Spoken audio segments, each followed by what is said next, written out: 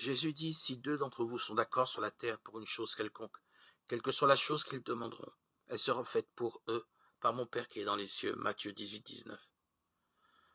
Tout ceci persévérait d'un commun accord dans la prière avec quelques femmes, et Marie la mère de Jésus, et avec ses frères. Acte 1, 14.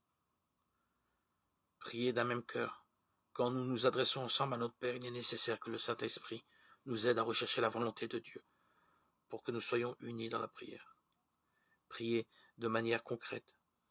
Chacun doit pouvoir comprendre le but, la nécessité, l'urgence de la demande qui est présentée d'un seul cœur à Dieu. Prier avec foi. L'apôtre Jacques dit à celui qui prie qu'il demande avec foi sans douter en rien. Jacques 1, 6.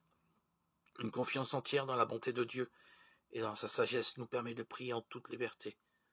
Dieu répondra.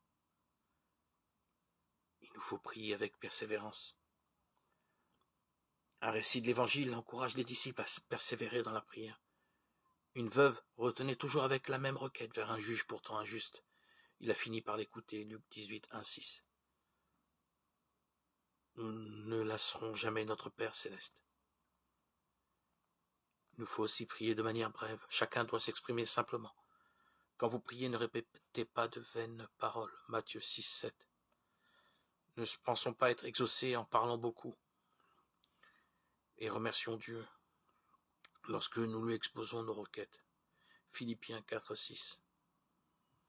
Prions avec reconnaissance. Notre Père céleste nous fait don de tellement de choses.